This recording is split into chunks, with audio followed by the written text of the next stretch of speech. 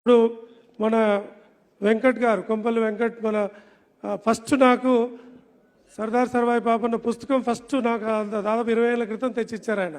So దాని మీద చాలా కృషి చేసి ఉన్నారు. 2 నిమిషాలుగా చెప్పాల్సిందిగా కోరుతున్నాను. అందరికీ నమస్కారం. చరిత్ర దాదాపుగా 2003లో వచ్చిన దగ్గర నుంచి ఇప్పటిదాకా 29,000 పుస్తకాలు డిస్ట్రిబ్యూట్ చేసిన ఫ్రీగా.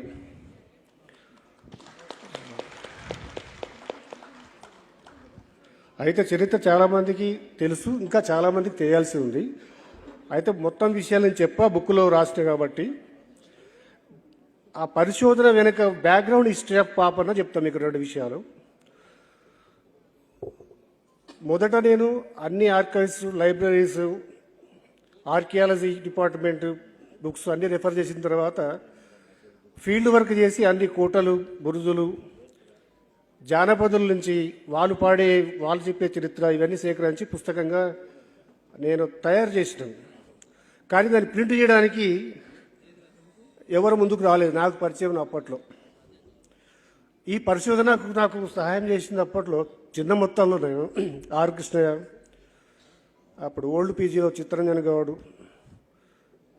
గోపగోన్ ఆనంద్ గౌడ్, మాధు సత్యం గౌడ్, సైదులు గౌడ్, గిరిధర్ గౌడ్, ఇట్లా కొంతమంది మిత్రులు చిన్న చిన్న సహాయం చేస్తే బస్సులు ఎక్కి అట్లా పోయి వచ్చేవాడిని.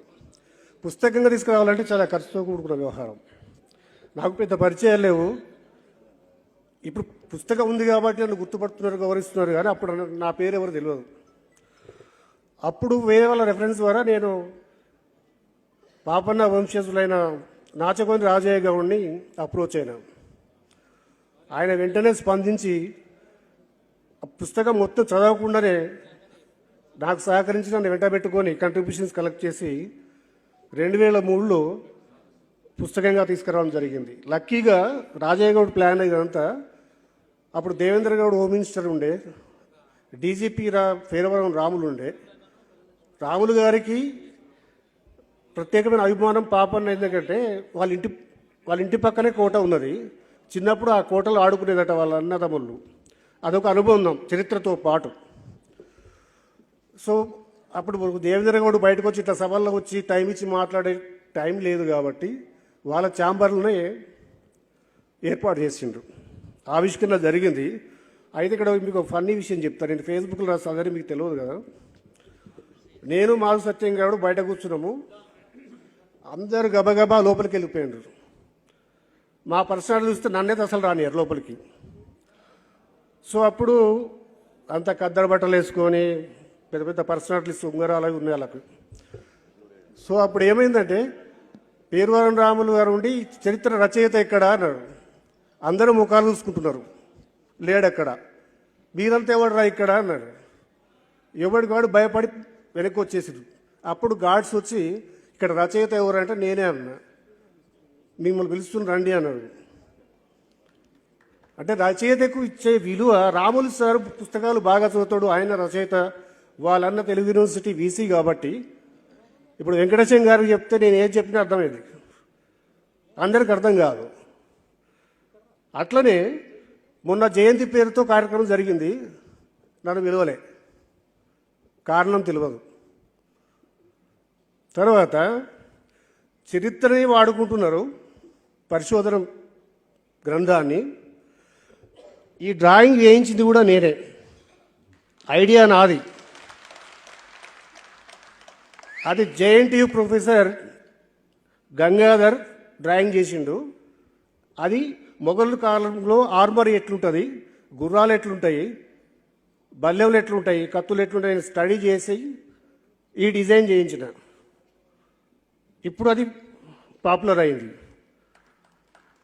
సో అందుకని చరిత్ర, సాహిత్యము, సాంస్కృతిక రంగాల్లో ఎదగనంత కాలం బహుజనులు ఎంత డబ్బు సంపాదించినా గౌరవం రాదు.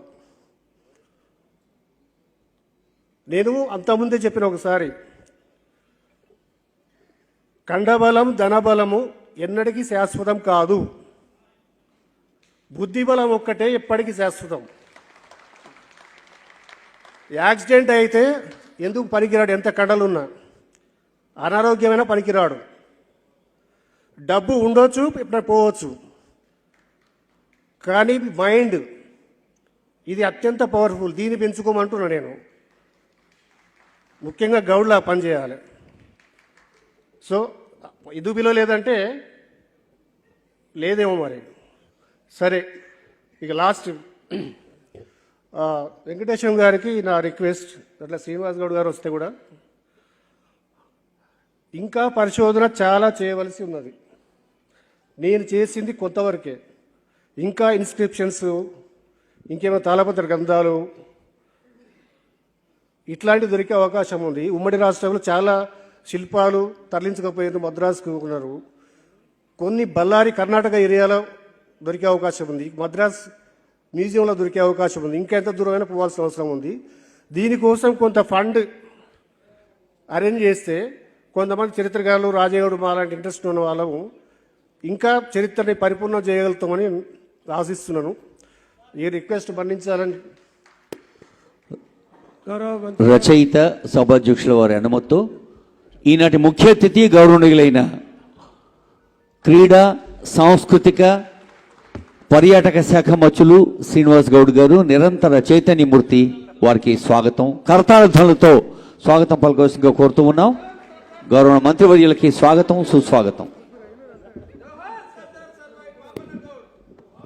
జోహార్ సర్దార్ సర్వాయి పాపన్నకు.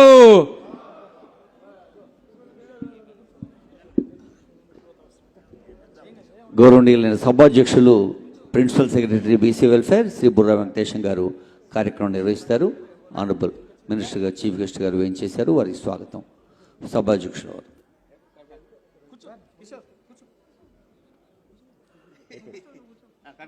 ఓకేనా?